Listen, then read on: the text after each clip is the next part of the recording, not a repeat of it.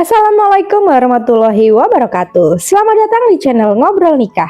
Pernahkah kalian melihat seseorang yang tidak pernah berhenti berdoa, tetapi hidupnya justru semakin berat?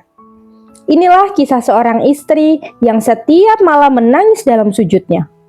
Ia memohon agar rumah tangganya diselamatkan, namun ketika doanya akhirnya dijawab, ia baru menyadari bahwa selama ini Allah bukan sedang menjauhkan kebahagiaan darinya, melainkan sedang menyelamatkan dirinya. Bagaimana kisah selanjutnya? Mari kita simak bersama. Ini dia.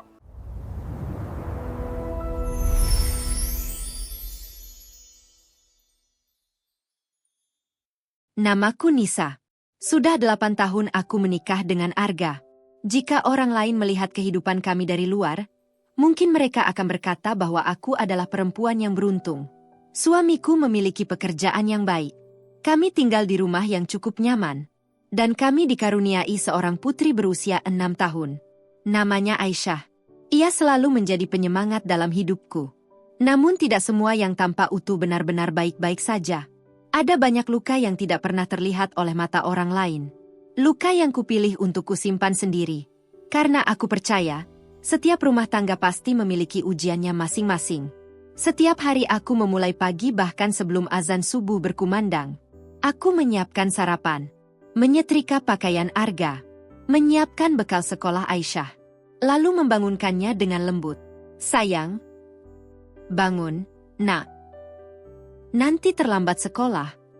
Aisyah membuka matanya perlahan. Iya, Bu. Ia langsung memelukku. Peluk dulu. Aku tersenyum, lalu membalas pelukannya. Pelukan kecil itu selalu menjadi bagian paling indah dalam setiap pagiku. Tak lama kemudian, Arga keluar dari kamar. Ia sudah rapi mengenakan kemeja kerja. Aku segera menyuguhkan secangkir teh hangat. Mas, tehnya sudah siap. Arga hanya mengangguk singkat. Ia duduk tanpa banyak bicara. Aku sudah terbiasa. Beberapa tahun terakhir, Arga memang semakin pendiam ketika berada di rumah. Bukan karena pekerjaannya semakin sibuk, melainkan seolah ada jarak yang perlahan tumbuh di antara kami. Jarak yang tidak pernah benar-benar kami bicarakan. Saat sarapan berlangsung, suasana terasa begitu sunyi. Yang terdengar hanyalah suara sendok yang beradu dengan piring. Aku mencoba membuka percakapan. Mas, nanti sore pulang jam berapa? Arga tetap fokus pada makanannya. Mungkin malam. Lembur. Aku mengangguk pelan. Baik, Mas. Tidak ada percakapan lain setelah itu. Beberapa menit kemudian, Arga berdiri. Aku berangkat. Hati-hati, Mas. Iya. Pintu rumah pun tertutup. Dan keheningan kembali memenuhi ruang makan. Setelah mengantar Aisyah ke sekolah, aku pulang ke rumah. Rumah yang kembali terasa sepi. Aku membereskan dapur, menyapu lantai, menyiram tanaman di halaman. Semua kulakukan seperti hari-hari sebelumnya. Namun jauh di dalam hati, ada satu pertanyaan yang terus berputar. Di mana sebenarnya letak kesalahan kami? Dulu, Arga adalah laki-laki yang tidak pernah lupa mengucapkan terima kasih. Ia selalu bertanya bagaimana hariku. Bahkan sering mengajakku tertawa karena hal-hal sederhana. Sekarang senyumnya semakin jarang kulihat. Tatapan hangatnya perlahan menghilang. Dan aku tidak tahu sejak kapan semua itu berubah. Malam harinya, setelah Aisyah tertidur, aku mengambil air wudhu. Ku pergelar sajadah di sudut kamar. Aku mengangkat kedua tangan. Tidak banyak yang ku minta dalam doa. Aku hanya berbisik lirih. Ya Allah, jika masih ada kebaikan dalam rumah tangga ini, tolong lembutkan kembali hati suamiku. Jangan biarkan rumah ini hancur. Air mataku jatuh tanpa bisa kutahan. Namun segera kuhapus. Karena aku percaya, tidak ada doa yang sia-sia. Mungkin jawabannya tidak datang secepat yang kuinginkan. Dan mungkin juga tidak hadir dalam bentuk yang selama ini kuharapkan. Tetapi selama aku masih mampu bersujud kepada MU, aku akan tetap percaya bahwa selalu ada jalan yang sedang Engkau siapkan, meski saat ini aku belum mampu melihatnya. Hari-hari berikutnya kembali berjalan seperti biasa. Aku tetap menjalani rutinitas yang sama. Mengantar Aisyah ke sekolah, membereskan rumah, memasak, lalu menunggu Arga pulang setiap malam. Namun semakin lama, aku mulai merasa ada sesuatu yang berubah. Bukan karena pertengkaran. Bukan pula karena masalah ekonomi. Melainkan karena sikap Arga yang perlahan terasa asing. Ia masih pulang ke rumah. Masih makan bersama. Masih tidur di kamar yang sama. Tetapi kehangatan yang dulu selalu ada kini seperti menghilang sedikit demi sedikit. Suatu sore, Aisyah berlari menghampiriku sambil membawa selembar kertas dari sekolah. Bu. Iya, sayang. Minggu depan ada pentas seni. Aku tersenyum. Wah. Hebat. Aisyah tampil. Iya. Guru bilang orang tua harus datang. Aku mengusap lembut rambutnya. Insya Allah ibu datang. Aisyah kembali bertanya. Kalau bapak? Aku terdiam sesaat. Nanti ibu bilang ke bapak. Malam itu, saat Arga sedang makan malam, aku mencoba menyampaikan undangan dari sekolah. Mas. Iya. Minggu depan Aisyah tampil di pentas seni. Arga tetap menatap layar ponselnya. Ya. Kalau bisa datang ya, Mas. Aisyah ingin sekali bapaknya melihat. Arga menarik napas pelan. Lihat nanti. Jawaban itu terdengar singkat. Aku masih berusaha tersenyum. Kalau memang ada waktu, kami pasti senang sekali. Arga meletakkan sendoknya. Nisa. Iya, Mas. Jangan setiap ada acara sekolah selalu menganggap aku harus datang. Aku kerja. Bukan liburan. Aku langsung terdiam. Bukan begitu maksudku, Mas. Aisyah hanya berharap. Belum sempat kalimatku selesai, Arga sudah berdiri. Nanti saja. Aku capek. Ia masuk ke kamar. Meninggalkan meja makan yang masih dipenuhi makanan hangat. Aku memandangi punggungnya hingga pintu kamar tertutup. Di sampingku, Aisyah hanya menundukkan kepala. Anak kecil itu tidak mengucapkan sepatah kata pun. Namun aku tahu, ia mendengar semuanya. Keesokan paginya, aku mengantar Aisyah ke sekolah seperti biasa. Sesampainya di depan gerbang, ia menggenggam tanganku erat. Bu. Iya. Kalau bapak tidak datang, tidak apa-apa. Aku tersenyum, meski dadaku terasa sesak. Kenapa bilang begitu? Soalnya, bapak pasti sibuk. Aku berjongkok hingga sejajar dengannya. Lihat ibu. Aisyah mengangkat wajahnya. Ibu akan tetap ada. Dan ibu akan terus mendukung Aisyah. Ia tersenyum kecil. Iya, Bu. Aku memeluknya sebelum ia masuk ke halaman sekolah. Pelukan itu terasa begitu hangat. Namun setelah Aisyah menghilang di balik pintu kelas, aku masih berdiri cukup lama di depan gerbang. Ada rasa sedih yang sulit kujelaskan. Bukan karena Arga sibuk bekerja, melainkan karena ia perlahan kehilangan begitu banyak momen yang tidak akan pernah terulang bersama putrinya. Malam berikutnya, Arga kembali pulang lebih larut dari biasanya. Jam di ruang tamu hampir menunjukkan pukul 11. Aku masih terjaga menunggunya. Bapak sudah pulang? Iya. Mas, sudah makan? Sudah. Di kantor. Jawabannya selalu singkat. Aku mengambil tas kerjanya. Saat hendak meletakkannya di kursi, sebuah amplop kecil terjatuh ke lantai. Aku segera memungutnya. Belum sempat kubuka, Arga sudah lebih dulu mengambilnya dari tanganku. Biar aku saja. Nada suaranya terdengar lebih keras daripada biasanya. Aku sedikit terkejut. Maaf, Mas. Aku cuma mau. Sudahlah. Arga langsung masuk ke kamar sambil membawa amplop itu. Aku berdiri mematung. Selama 8 tahun menikah, baru kali itu Arga bereaksi seperti seseorang yang sedang menyembunyikan sesuatu. Aku mencoba mengusir prasangka buruk dari dalam pikiranku. Mungkin memang ada dokumen kantor yang bersifat pribadi. Mungkin aku hanya terlalu banyak berpikir. Namun malam itu, saat kembali menggelar sajadah dan mengangkat kedua tangan, doaku berubah sedikit. Ya Allah, jika ada sesuatu yang belum aku ketahui, berikanlah aku kekuatan untuk menerimanya. Aku belum tahu bahwa jawaban dari doa itu ternyata sudah sangat dekat. Dan ketika kebenaran mulai terbuka nanti, bukan hanya air mataku yang akan jatuh, melainkan seluruh keyakinanku tentang rumah tangga yang selama ini kuanggap baik-baik saja. 2 hari berlalu sejak Arga merebut amplop itu dari tanganku. Aku tidak pernah lagi menanyakan isi amplop tersebut. Bukan karena rasa penasaranku hilang, melainkan karena aku tidak ingin rumah kami dipenuhi pertengkaran yang bahkan belum tentu memiliki jawaban. Aku memilih diam. Aku berharap suatu saat Arga akan bercerita ketika ia merasa siap. Namun harapan itu tidak pernah datang. Pagi itu, setelah mengantar Aisyah ke sekolah, aku mampir ke pasar untuk membeli beberapa kebutuhan dapur. Saat sedang memilih sayuran, ponselku bergetar. Nama Arga muncul di layar. Aku tersenyum kecil. Sudah lama ia tidak meneleponku lebih dulu. Assalamualaikum, Mas. Waalaikumsalam. Nisa. Iya, Mas. Map warna coklat ada di mana? Di laci meja kerja, Mas. Oke, terima kasih. Sebelum sambungan telepon terputus, aku sempat bertanya, Mas sudah sarapan? Namun belum ada jawaban. Telepon lebih dulu ditutup. Aku hanya mengembuskan napas pelan. Mungkin ia memang sedang sangat sibuk. Menjelang siang, hujan turun cukup deras. Aku mempercepat langkah menuju rumah. Sesampainya di depan pagar, sebuah mobil berwarna hitam berhenti tidak jauh dari rumah kami. Aku tidak terlalu memperhatikannya. Kupikir hanya seseorang yang sedang berteduh. Beberapa detik kemudian mobil itu kembali melaju. Perasaanku sempat bertanya-tanya. Namun aku segera mengabaikannya. Tidak semua hal harus dicurigai. Malam harinya, Arga kembali pulang lebih larut dari biasanya. Aku sudah menyiapkan makan malam.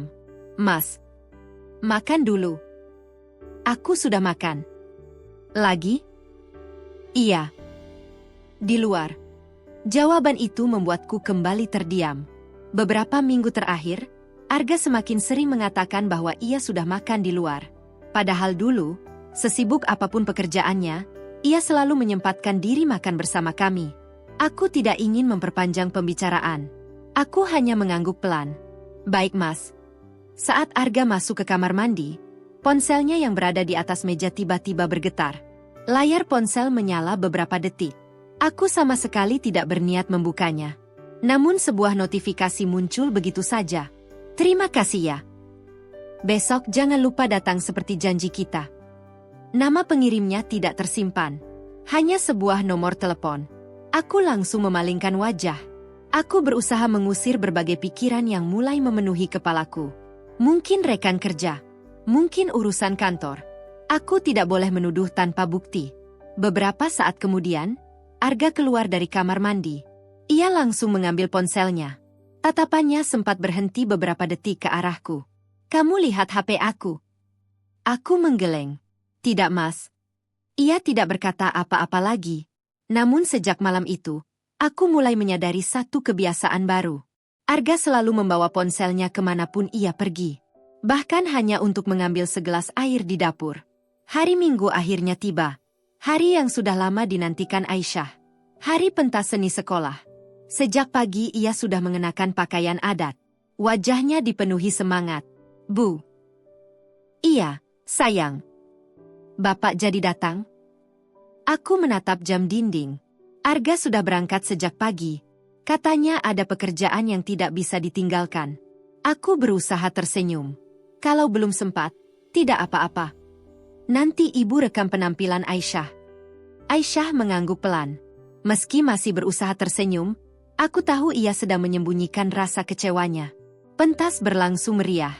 Anak-anak tampil satu persatu. Ketika nama Aisyah dipanggil, tepuk tangan memenuhi aula sekolah. Aku berdiri sambil merekam setiap gerakannya. Di tengah penampilan itu, tanpa sengaja pandanganku tertuju ke arah pintu masuk aula. Aku sempat berharap Arga datang. Berharap ia muncul dan melihat putrinya tampil dengan penuh percaya diri. Namun yang kulihat hanyalah beberapa orang tua murid yang baru memasuki ruangan. Aku kembali mengalihkan perhatian kepada Aisyah. Dalam hati aku berjanji. Selama Allah masih memberiku kesempatan, Aisyah tidak akan pernah merasa sendirian. Malam itu, setelah Aisyah tertidur karena kelelahan, aku kembali menggelar sajadah. Air mataku kembali jatuh. Namun kali ini bukan karena marah. Bukan pula karena kecewa.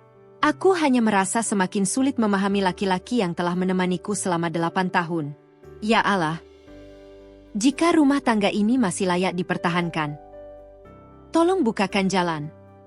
Tetapi jika engkau sedang menunjukkan sesuatu yang belum mampu kulihat, kuatkanlah hatiku untuk menerimanya. Aku tidak tahu bahwa mulai esok hari, Allah akan mulai memperlihatkan kepadaku satu demi satu kenyataan yang selama ini tersembunyi. Dan sejak hari itu, hidupku perlahan berubah ke arah yang sama sekali tidak pernah kubayangkan. Beberapa hari setelah pentas seni Aisyah, aku mencoba menjalani hidup seperti biasa. Aku tetap memasak, mengurus rumah, mengantar Aisyah ke sekolah. Dan setiap malam, aku masih menunggu Arga pulang. Namun ada satu hal yang berubah. Aku tidak lagi menunggu dengan hati yang tenang. Tanpa sadar, aku mulai memperhatikan hal-hal kecil yang sebelumnya tidak pernah kupedulikan. Jam kepulangannya, cara ia berbicara, bahkan raut wajahnya ketika menerima telepon. Suatu sore, Arga meneleponku. "Nisa." "Iya, Mas. Nanti malam aku ada rapat. Mungkin pulang agak larut." "Baik, Mas. Hati-hati di jalan." "Iya." Sambungan telepon pun berakhir. Aku kembali melipat pakaian yang baru saja kering. Saat itu aku sama sekali tidak menyangka bahwa malam itu justru akan menjadi awal dari semua jawaban yang selama ini kucari. Sekitar pukul 8 malam, Aisyah sudah tertidur. Aku masih duduk di ruang tamu sambil merapikan pakaian sekolahnya. Tiba-tiba ponselku berbunyi. Nomornya tidak kukenal. Aku sempat ragu untuk mengangkatnya. Namun akhirnya kuusap layar ponsel itu. "Assalamualaikum." "Waalaikumsalam." Suara perempuan di seberang terdengar pelan. "Maaf. Apakah benar ini Ibu Nisa?" "Iya." "Dengan siapa?" Perempuan itu terdiam beberapa saat. "Lupakan saja. Mungkin saya salah sambung." Belum sempat aku bertanya lebih jauh, telepon langsung terputus. Aku memandangi layar ponsel cukup lama. Entah mengapa, panggilan singkat itu meninggalkan perasaan yang sulit kujelaskan. Keesokan paginya, ketika sedang membersihkan ruang kerja Arga, aku menemukan sebuah kwitansi yang terselip di bawah meja. Bukan dokumen kantor, melainkan bukti pembayaran sebuah apartemen. Aku membaca alamat yang tertera di sana perlahan. Lokasinya cukup jauh dari kantor Arga. Aku mengernyit. Selama ini kami tidak pernah memiliki apartemen. Lalu untuk apa kwitansi itu? Aku mencoba berpikir positif. Mungkin milik perusahaan. Atau milik rekan kerja yang tidak sengaja terbawa. Aku kembali meletakkannya di tempat semula. Namun rasa penasaran itu semakin sulit kuabaikan. Malam harinya, Arga pulang seperti biasa. Aku menyiapkan makan malam. Sebelum duduk, aku memberanikan diri bertanya. "Mas." "Iya." "Tadi aku menemukan kwitansi apartemen." Arga yang sedang mengambil air minum langsung menghentikan gerakannya. "Kwitansi apa?" "Yang ada di ruang kerja." "Itu milik siapa?" Wajah Arga berubah sesaat. "Oh, itu urusan kantor." Jawabannya terdengar cepat. Terlalu cepat. Perusahaan sedang menyewa tempat untuk tamu. Aku mengangguk pelan. "Begitu ya?" "Iya." Arga segera mengalihkan pembicaraan. "Aisyah sudah tidur?" "Sudah." Percakapan pun berhenti sampai di situ. Tetapi sejak malam itu aku mulai menyadari satu hal. Arga memang menjawab pertanyaanku.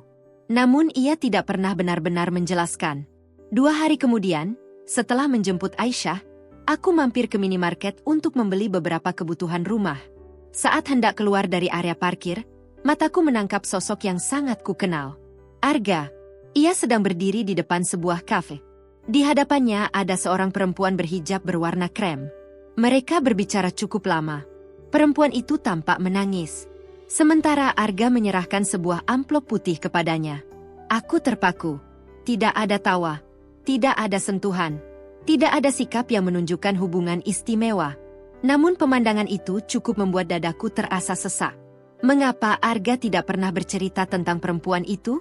Dan mengapa ia harus menyembunyikannya dariku? Aku tidak mendekat.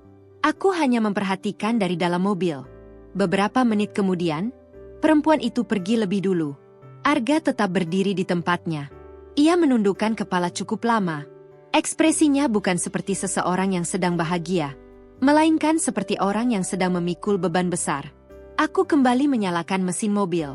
Perjalanan pulang terasa jauh lebih panjang daripada biasanya.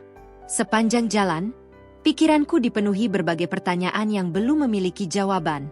Malam itu, setelah semua lampu rumah dimatikan dan suasana kembali sunyi, aku menggelar sajadah seperti biasa. Aku bersujud lebih lama dari biasanya.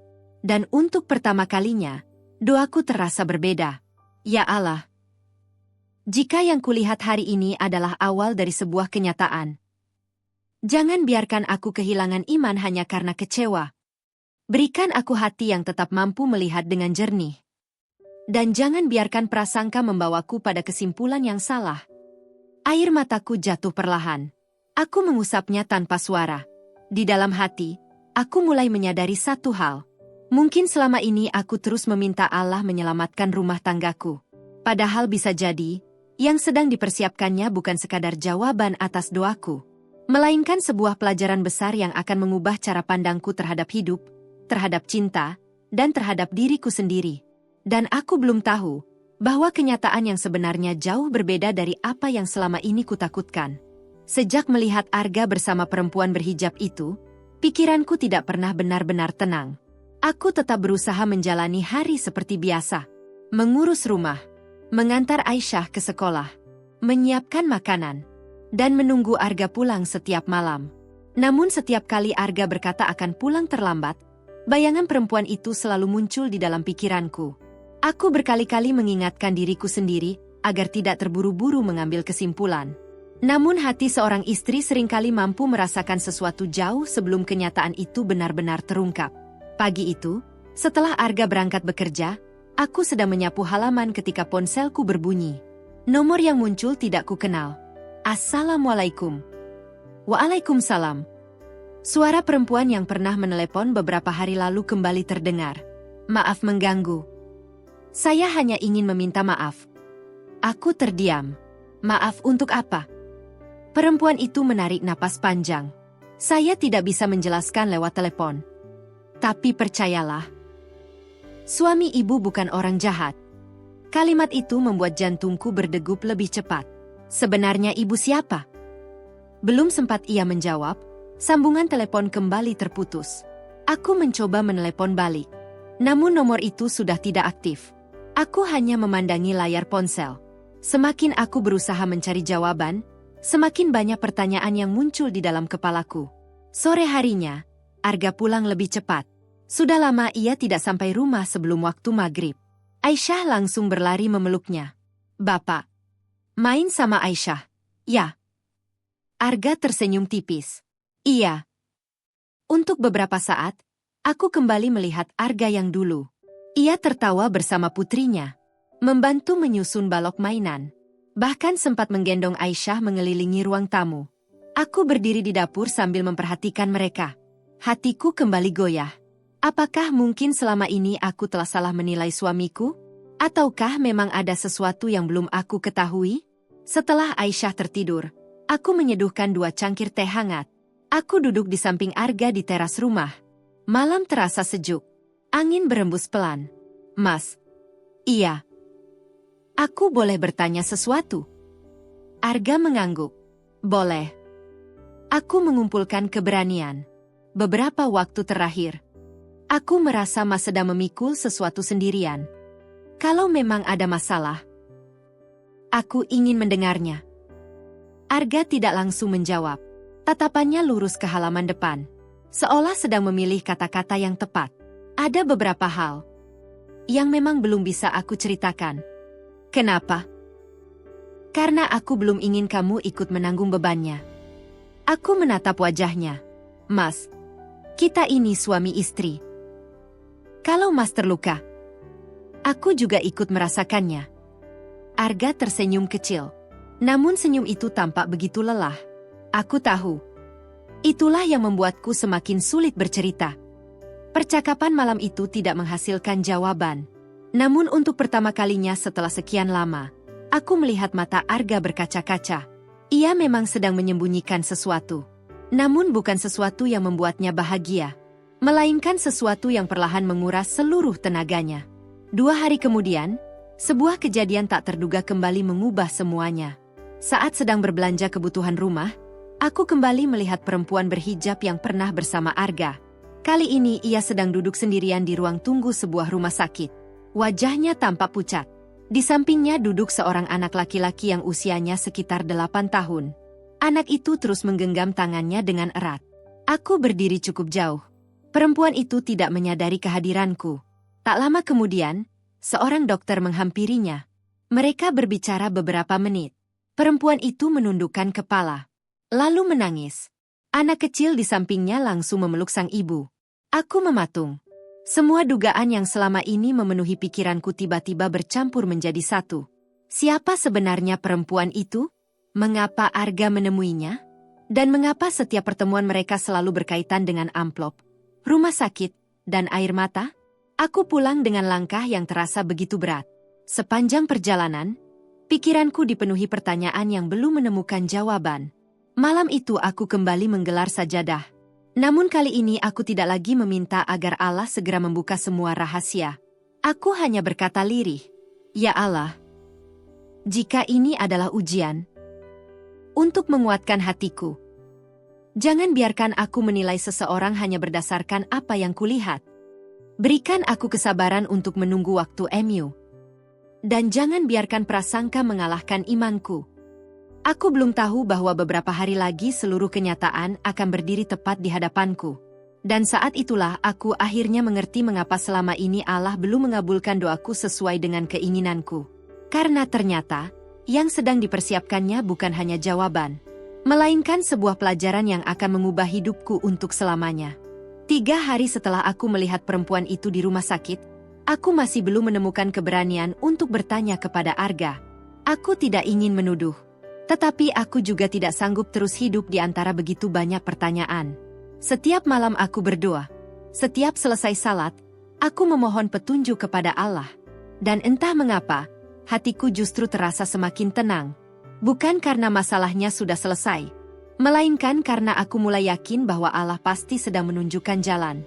Siang itu, saat sedang menjemput Aisyah, ponselku kembali berdering. Nomor yang sama. Nomor yang beberapa kali menghubungiku. Aku menarik napas panjang, lalu mengangkat telepon. Assalamualaikum. Waalaikumsalam. Suara perempuan itu terdengar jauh lebih pelan. Ibu Nisa. Saya ingin bertemu. Ada sesuatu yang harus ibu ketahui. Aku terdiam. Di mana? Musala kecil di samping rumah sakit. Sore ini. Sambungan telepon pun berakhir. Aku memandangi layar ponsel beberapa saat. Kemudian kusap lembut kepala Aisyah yang sedang duduk di kursi belakang mobil. Saat itu aku merasa, mungkin inilah jawaban dari doa-doaku selama ini. Menjelang sore, aku tiba di musala yang dimaksud. Suasananya sangat tenang. Hanya terdengar suara angin yang menggerakkan dedaunan. Di salah satu sudut, perempuan berhijab krem itu sudah menungguku. Begitu melihatku datang, ia langsung berdiri. Matanya sembab. Ia menundukkan kepala. Saya minta maaf. Kalimat itu menjadi kata pertama yang keluar dari mulutnya. Aku mengangguk pelan. Siapa ibu? Perempuan itu mengusap air matanya. Nama saya Rani. Aku bukan orang ketiga dalam rumah tangga ibu. Aku juga tidak pernah ingin menjadi penyebab ibu bersedih. Aku tetap diam. Memberinya kesempatan untuk menjelaskan semuanya. Dengan suara yang bergetar, Rani mulai bercerita. Beberapa tahun lalu suaminya meninggal karena kecelakaan kerja.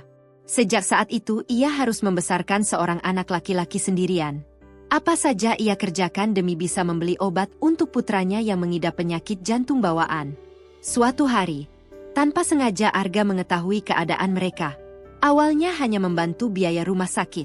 Namun karena Rani tidak memiliki keluarga yang bisa diandalkan, Arga terus mendampinginya sebagai bentuk amanah. Bapak Arga selalu bilang, "Jangan pernah menghubungi rumah saya. Saya tidak ingin istri saya salah paham." Aku selalu berusaha menuruti. Tapi kemarin, anakku hampir tidak bisa dioperasi karena kekurangan biaya. Itulah sebabnya aku nekat menelepon ibu. Air mataku mulai jatuh. Aku masih belum mampu mengucapkan sepatah kata pun. Rani kemudian mengeluarkan sebuah map coklat dari dalam tasnya. Ini semua bukti transfer. Semua bantuan. dan semua kwitansi rumah sakit.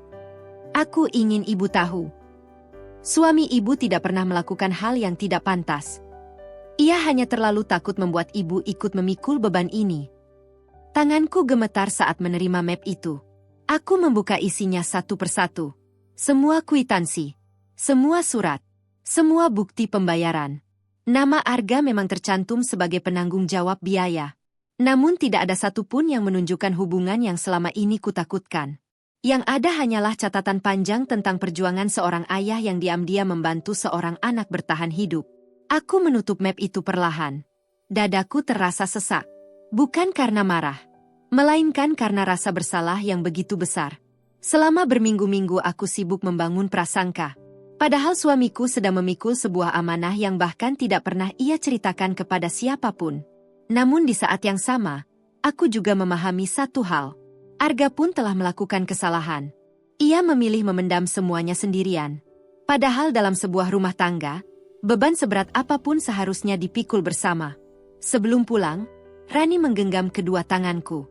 Ibu, tolong jangan marah kepada Bapak Arga. Beliau hanya ingin melindungi ibu. Aku tersenyum tipis. Aku tidak marah. Aku hanya sedih. Karena selama ini kami sama-sama lupa bahwa kepercayaan juga harus dijaga dengan kejujuran. Rani mengangguk sambil kembali menitikkan air mata. Aku meninggalkan rumah sakit dengan langkah pelan. Langit sore mulai berubah jingga. Aku mengangkat wajah ke arah langit. Untuk pertama kalinya setelah sekian lama, aku tidak lagi meminta agar Allah segera menyelamatkan rumah tanggaku. Karena akhirnya aku mengerti. Selama ini Allah tidak sedang membiarkan aku terluka. Dia sedang mengajarkanku untuk tidak mudah berprasangka. Mengajarkanku bahwa kepercayaan harus dibangun bersama. Dan yang paling penting, Allah sedang lebih dulu menyembuhkan hatiku sebelum menyembuhkan rumah tanggaku. Disitulah aku memahami satu hal. Terkadang doa tidak langsung dijawab sesuai keinginan kita. Karena Allah lebih dahulu menyiapkan hati kita agar mampu menerima jawaban yang terbaik. Aku pulang ke rumah menjelang maghrib. Langkahku terasa lebih pelan daripada biasanya. Map berisi semua bukti masih kugenggam erat. Sepanjang perjalanan, pikiranku dipenuhi begitu banyak perasaan. Lega, sedih, bersalah, dan juga kecewa. Bukan karena Arga membantu perempuan itu, melainkan karena selama ini kami sama-sama memilih diam. Malam itu, setelah Aisyah tertidur, aku menghampiri Arga yang sedang duduk sendirian di teras. Wajahnya tampak lelah. Tatapannya kosong menembus gelapnya halaman. Aku duduk di sampingnya. Beberapa saat kami sama-sama terdiam. Hanya suara jangkrik yang terdengar dari kejauhan. Akhirnya aku memberanikan diri membuka pembicaraan. Mas. Arga menoleh. Iya. Aku bertemu Bu Rani. Wajah Arga langsung berubah. Ia menundukkan kepala. Beberapa detik kemudian, ia mengembuskan napas panjang. Akhirnya, kamu tahu semuanya. Aku mengangguk pelan. Iya. Arga menutup wajahnya dengan kedua telapak tangan. Aku minta maaf. Suaranya terdengar bergetar. Aku tidak pernah berniat membohongimu. Aku hanya takut. Kalau kamu ikut memikirkan semuanya. Aku menatapnya dengan tenang. Mas, yang membuatku sedih bukan karena Mas membantu orang lain. Aku justru bangga. Tapi, kenapa Mas tidak percaya kalau aku mampu menemani Mas memikul beban itu? Air mata mulai mengalir di pipiku. Kita menikah bukan hanya untuk berbagi kebahagiaan. Kita juga berjanji untuk saling menguatkan saat keadaan sulit. Arga tidak mampu menjawab. Ia hanya menundukkan kepala. Beberapa saat kemudian ia berkata pelan. Aku salah. Aku terlalu ingin menjadi kuat. Sampai lupa bahwa seorang suami juga boleh bersandar kepada istrinya. Kalimat itu membuat dadaku terasa sesak. Selama bertahun-tahun aku mengira Arga berubah karena sudah tidak lagi mencintaiku. Padahal ia sedang berjuang sendirian. Dengan cara yang menurutnya benar, tetapi tanpa sadar justru melukai orang yang paling ia sayangi. Aku menghapus air mata di pipiku. Lalu, kenapa Mas tidak pernah bercerita sejak awal? Arga memandang langit malam. Karena aku pernah melihat keluargaku hancur. Dulu ayah sering membawa semua masalah pekerjaan ke rumah. Ibu ikut memikirkan semuanya. Sakit. Dan akhirnya meninggal karena komplikasi. Aku berjanji. Istriku tidak akan mengalami hal yang sama. Aku terdiam. Baru malam itu Arga menceritakan luka yang selama ini ia simpan rapat. Aku menggenggam tangannya. Mas, aku bukan perempuan yang harus selalu dilindungi dari semua kesulitan. Aku memang akan ikut sedih. Aku mungkin akan menangis. Tapi itu lebih baik daripada hidup bersama begitu banyak prasangka. Arga mengangguk pelan. Aku mengerti. Aku benar-benar mengerti sekarang. Beberapa saat kemudian, Arga menatapku dengan mata yang memerah. Nisa. Iya, Mas. Terima kasih. Karena kamu masih mau mendengarkan penjelasanku. Aku tersenyum tipis. Aku juga minta maaf. Selama ini aku membiarkan prasangka tumbuh di dalam hati. Aku terlalu sibuk menebak-nebak. Padahal aku bisa memilih untuk bertanya dengan baik. Kami saling memandang. Untuk pertama kalinya setelah sekian lama, tidak ada lagi tembok yang memisahkan kami. Tidak ada lagi rahasia. Tidak ada lagi dugaan. Yang tersisa hanyalah dua orang yang sedang belajar kembali membangun rumah tangga mereka. Sebelum masuk ke dalam rumah, Arga berkata pelan, mulai hari ini, tidak ada lagi beban yang kupikul sendirian. Aku mengangguk sambil tersenyum. Dan tidak ada lagi prasangka yang kusimpan sendirian. Malam itu, untuk pertama kalinya setelah sekian lama, kami kembali salat berjamaah di rumah. Saat kembali bersujud, aku tidak lagi meminta agar Allah mengubah suamiku. Aku hanya mengucapkan syukur. Karena ternyata Allah lebih dahulu mengubah cara pandangku. Aku pernah memohon agar rumah tanggaku diselamatkan. Namun Allah memilih menyelamatkan hatiku terlebih dahulu. Sebab ketika hati dipenuhi prasangka, cinta perlahan kehilangan arah. Tetapi ketika hati dipenuhi keikhlasan, kejujuran, dan kepercayaan, rumah tangga kembali menemukan jalannya. Malam itu aku akhirnya memahami bahwa setiap doa selalu didengar. Hanya saja, jawaban Allah tidak selalu datang sesuai dengan yang kita minta. Kadang Dia lebih dahulu memperbaiki diri kita, sebelum memperbaiki keadaan yang sedang kita hadapi. Semoga kisah ini menjadi pengingat bahwa dalam sebuah rumah tangga, cinta saja tidak cukup. Diperlukan kejujuran, komunikasi, dan kepercayaan agar dua hati tetap berjalan ke arah yang sama. Dan di atas semua itu, selalu ada doa yang tidak pernah sia-sia, selama kita tidak berhenti berharap kepadanya. Beberapa minggu berlalu. Rumah kami memang belum menjadi sempurna. Namun perlahan, kehangatan yang sempat hilang mulai kembali. Bukan karena semua masalah telah selesai, melainkan karena kami tidak lagi memilih memikulnya sendirian. Arga mulai membiasakan diri bercerita setiap kali pulang bekerja. Jika ada masalah di kantor, ia akan mengatakannya. Jika ada seseorang yang membutuhkan bantuan, ia lebih dulu berdiskusi denganku. Mas, iya. Kalau memang ingin membantu orang lain, kita lakukan bersama. Arga tersenyum. Iya. Aku tidak ingin mengulang kesalahan yang sama. Aku mengangguk pelan. Saat itu aku benar-benar memahami bahwa rumah tangga bukan tentang siapa yang paling kuat, melainkan tentang dua orang yang sama-sama mau saling menguatkan. Beberapa hari kemudian, kami kembali datang ke rumah sakit. Bukan karena ada masalah, melainkan untuk menjenguk Bu Rani dan putranya setelah operasi selesai. Anak laki-laki itu kini sudah bisa tersenyum. Wajahnya jauh lebih segar dibanding saat pertama kali aku melihatnya. Ketika kami hendak pulang, Bu Rani menghampiriku. Air matanya kembali mengalir. Ibu Nisa. Terima kasih. Aku tersenyum sambil menggenggam tangannya. Jangan berterima kasih kepadaku. Bersyukurlah kepada Allah. Dialah yang membuka jalan untuk semuanya. Rani mengangguk sambil mengusap air matanya. Di wajahnya kini terlihat harapan yang dulu sempat hilang. Dalam perjalanan pulang, Aisyah yang duduk di kursi belakang tiba-tiba berkata, Bu. Iya, sayang. Bapak sekarang sering senyum. Aku dan Arga saling menoleh. Lalu kami tertawa kecil. Arga mengusap lembut kepala putri kami. Maaf ya, Nak. Beberapa waktu lalu Bapak terlalu sibuk. Aisyah langsung memeluk lengan Arga. Tidak apa-apa. Yang penting sekarang Bapak sering di rumah. Kalimat sederhana itu membuat suasana di dalam mobil mendadak hening. Aku melihat Arga diam-diam mengusap sudut matanya. Mungkin untuk pertama kalinya ia benar-benar menyadari bahwa waktu bersama keluarga adalah nikmat yang tidak bisa digantikan oleh apapun. Malam itu, setelah Aisyah tertidur, kami kembali melaksanakan salat berjamaah. Saat dahiku menyentuh sajadah, ingatanku kembali pada doa yang selama ini selalu kupanjatkan. Ya Allah, selamatkan rumah tanggaku. Kini aku akhirnya mengerti. Ternyata Allah tidak langsung mengubah keadaan di sekelilingku. Allah lebih dulu mengubah hatiku, mengajarkanku untuk tidak dikuasai prasangka, mengajarkanku bahwa kepercayaan harus dibangun dengan kejujuran, dan mengajarkanku bahwa cinta yang baik selalu membutuhkan keberanian untuk saling terbuka. Aku menoleh ke arah Arga. Mas. Iya. Terima kasih.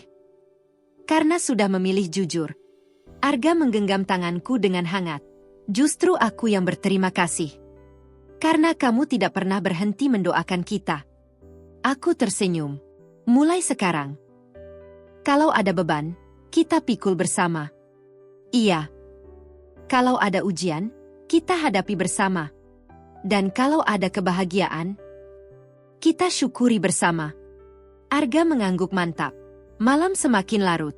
Rumah kembali dipenuhi ketenangan yang sudah lama kami rindukan. Aku memandang sajadah yang masih terbentang di ruang keluarga. Di tempat itulah aku pernah menangis. Di tempat itulah aku pernah memohon agar rumah tanggaku diselamatkan. Kini aku sadar, Allah benar-benar mengabulkan doaku. Namun bukan dengan cara yang selama ini kubayangkan. Allah lebih dahulu menyelamatkan diriku.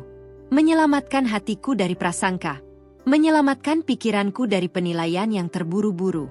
Dan menyelamatkan rumah tanggaku dengan mengajarkan kami arti kejujuran, kepercayaan, dan kebersamaan.